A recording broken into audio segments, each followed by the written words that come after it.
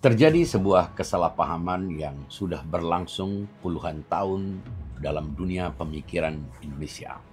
Kesalahpahaman yang dimulai dari seorang tokoh besar, Tan Malaka, namun kemudian menjalar, menciptakan dikotomi yang sebenarnya tak perlu ada. Mari kita mulai dari awal. Ketika Tan Malaka menulis Madilog pada tahun 1943, ia sedang berada dalam pengasingan di Penang. Bayangkan situasinya, seorang revolusioner yang melihat bangsanya masih terjebak dalam pola pikir yang menurutnya tidak rasional. Ia melihat masyarakat Indonesia yang masih percaya kepada hal-hal yang tak bisa dibuktikan secara empiris. Nah, dari pengamatan ini lahirlah istilah logika mistika. Tapi tunggu dulu, yang ini yang menarik. Tan Malaka menggunakan kata mistika bukan dalam pengertian filosofis yang sebenarnya, melainkan dalam pengertian populer pada zamannya. Pada masa itu, mistika identik dengan takhayul, mitos, dan hal-hal yang dianggap tidak rasional. Ini pengaruh dari cara pandang kolonial yang memandang tradisi spiritual Nusantara sebagai bentuk keterbelakangan. Jadi ketika Tan Malaka berbicara tentang logika mistika, sebenarnya ia sedang mengkritik pola pikir masyarakat yang menurutnya terlalu mengandalkan kepercayaan tanpa dasar empiris. Bukan mistika dalam pengertian filosofis yang sesungguhnya. Mari kita lihat contoh konkret. Tan Malaka menulis firman Maharah sudah cukup memberi gambaran logika mistika atau logika yang berdasarkan rohani. Di sini rohanilah yang pertama, zatlah yang kedua. Ia mengkritik kosmologi Mesir kuno yang percaya bahwa Dewa Ra bisa menciptakan bumi dan bintang-bintang dalam sekejap mata saja. Tan Malaka berkata, tapi menurut undang pertumbuhan, maka penjelmaan terjadi dalam jutaan tahun. Nah, kritiknya ini sebenarnya valid jika kita bicara tentang penolakan terhadap literalisme mitologis. Tapi masalahnya Tan Malaka tidak memahami bahwa mitos itu bukan dimaksudkan sebagai penjelasan literal tentang bagaimana alam semesta diciptakan. Mitos itu adalah narasi simbolik yang mengungkapkan kebenaran-kebenaran eksistensial yang melampaui, yang bisa diukur secara empiris. Sekarang mari kita bicara tentang mistika yang sebenarnya. Dalam tradisi filosofis, terutama dalam Islam filosofis, mistika itu tidak bertentangan dengan rasionalitas. Malah sebaliknya, mistika melengkapi rasionalitas. Ambil contoh Mullah Sadra, filosof besar dari Iran abad ke-16. Ia mengembangkan konsep yang disebut dengan al-ilm al-hudhuri, pengetahuan melalui kehadiran. Ini adalah pengetahuan langsung tanpa perantara representasi mental.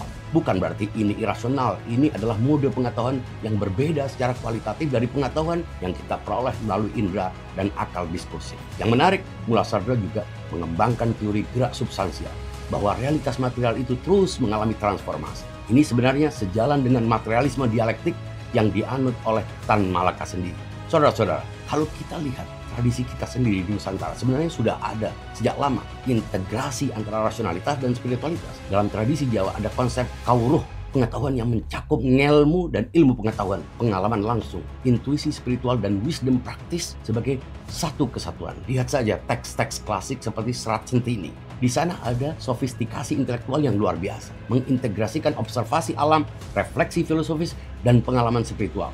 Konsep sangkan para ing dumadi dalam kosmologi Jawa itu bukan mistikasi irasional, tapi framework untuk memahami hubungan antara makrokosmos dan mikrokosmos berdasarkan observasi dan refleksi. Atau dalam tradisi Minangkabau ada Bonsadi Syarak Basandi Kitabullah. Ini menunjukkan epistemologi holistik yang mengintegrasikan wisdom lokal, rasionalitas hukum, dan spiritualitas Islam. Nah, ini yang menarik. Tan Malaka sendiri sebenarnya ambivalen terhadap spiritualitas. Seperti Ali Syariati di Iran, Tan Malaka bukanlah seorang ateis dogmatis. Ia menggunakan teori kelas Marx sebagai alat analisis untuk memahami dinamika sosial dan sejarah, bukan sebagai worldview yang menolak seluruh dimensi spiritualitas. Buktinya, Tan Malaka menyebut Buddha sebagai ahli filsafat mistika terbesar.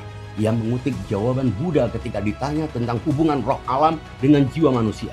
Pertanyaan itu salah. Ini menunjukkan kontradiksi dalam pemikiran Tan Malaka. Di satu sisi ia mengkritik logika mistika, di sisi lain ia mengakui keunggulan seorang filosof yang justru merepresentasikan sofistika mistika filosofis. Buddha menunjukkan apa yang sekarang kita sebut dengan middle way epistemology, pendekatan yang menghindari ekstrim materialisme maupun idealisme. Kesalahpahaman ini punya dampak yang berlapis-lapis. Generasi setelah Tan Malaka, terutama generasi kita sekarang, cenderung menafsirkan kritiknya sebagai penolakan terhadap spiritualitas secara keseluruhan. Akibatnya muncul dikotomi semu, rasionalitas versus spiritualitas, sains versus agama, modernitas versus tradisi, Di satu sisi muncul saintisme yang menolak legitimitas pengetahuan non-empiris. Di sisi lain berkembang anti-intelektualisme yang mencurigai rasionalitas sebagai ancaman terhadap spiritualitas. Padahal tantangan kita sekarang krisis ekologi, ketimpangan sosial, krisis makna memerlukan pendekatan yang mengintegrasikan rigor ilmiah dengan wisdom spiritual. Ironisnya, pengembangan sains kontemporer justru menunjukkan konvergensi dengan insight tradisi mistik. Fisika kuantum dengan konsep non-lokalitas dan quantum entanglement menunjukkan realitas yang jauh lebih kompleks dan misterius daripada yang dibayangkan materialisme mekanistik pada abad ke-19 yang mempengaruhi Tan Malaka. Fisikawan seperti Fritjof Capra dalam The Tao of Physics menunjukkan bahwa struktur realitas yang diungkapkan fisika modern punya resonansi mendalam dengan insight tradisi mistik timur.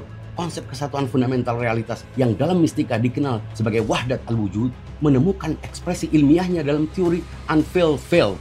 Neuroscience juga mengungkapkan bahwa kesadaran bukan sekadar hasil sampingan aktivitas otak, melainkan fenomena yang melibatkan dimensi-dimensi yang belum sepenuhnya kita pahami. Apa yang kita butuhkan sekarang adalah epistemologi inklusif yang mengintegrasikan berbagai mode pengetahuan empiris, rasional, intuitif, dan spiritual. Ini bukan eklektisisme yang asal campur, tapi recognition bahwa realitas punya multiple dimensions yang memerlukan multiple approaches untuk dipahami secara komprehensif. Dalam konteks Indonesia, sebenarnya kita sudah punya foundation untuk ini. Pancasila bisa dipahami sebagai framework epistemologis yang mengintegrasikan spiritualitas, humanisme, nasionalisme, demokrasi, dan keadilan sosial.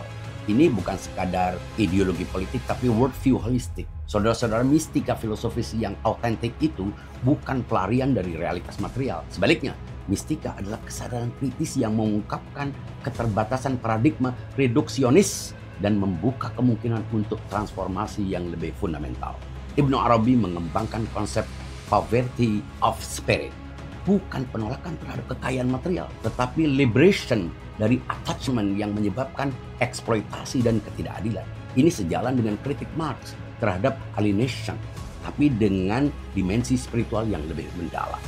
Dalam Buddhisme, konsep emptiness atau sunyata bukan nihilisme, tapi recognition akan interdependence semua fenomena. Ini punya implikasi yang profound untuk etika, ekologi, dan organisasi sosial. Kesalahpahaman Tan Malaka juga mencerminkan internalisasi kolonial mindset yang memandang tradisi spiritual non-barat sebagai primitif atau irrasional.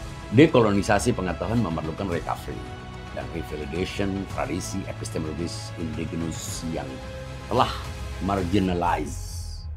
Ini bukan berarti kita harus romantis kembali ke masa lalu atau menolak pencapaian sains modern.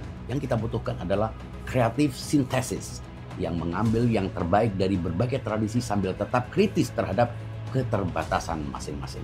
Menghadapi tantangan global seperti krisis ekologi dan ketimpangan sosial, pendekatan yang hanya mengandalkan rasionalitas instrumental atau spiritualitas yang terpisah dari realitas material terbukti tidak adequate. Krisis ekologis tak bisa diatasi hanya dengan solusi teknologis tanpa transformasi consciousness yang fundamental. Kita butuh apa yang disebut ecological consciousness, kesadaran akan keterkaitan semua kehidupan yang melibatkan baik pemahaman ilmiah tentang ekosistem maupun recognition spiritual terhadap dimensi sakral alam. Kesalahpahaman seputar logika mistika mengajarkan kita pentingnya kehati-hatian dalam memahami konsep filosofis yang kompleks. Mana sejati suatu istilah harus dipahami secara kontekstual sebelum kita terima atau tolak. Dialektik Tan Malaka tetap valuable sebagai pengingat pentingnya critical thinking dan empirical verification, tapi kritiknya harus dipahami dalam konteks yang tepat sebagai penolakan terhadap dogmatisme dan literalisme, bukan terhadap spiritualitas secara menyeluruh. Indonesia dengan kekayaan tradisi spiritual dan warisan intelektual yang dimiliki punya potensi untuk berkontribusi dalam pengembangan paradigma integratif ini. Tugas kita adalah melanjutkan semangat critical inquiry sambil mengatasi keterbatasan perspektif, mengembangkan epistemologi yang rigorous secara intelektual tapi tetap terbuka terhadap misteri dan transcendent sebagai bagian integral dari human experience. Dengan demikian, dikotomi antara logika dan mistika bisa diatasi, digantikan oleh sintesis yang lebih mature dan komprehensif. Sintesis yang sangat kita butuhkan untuk menavigasi tantangan kompleks dunia kontemporer. Refresh your mind.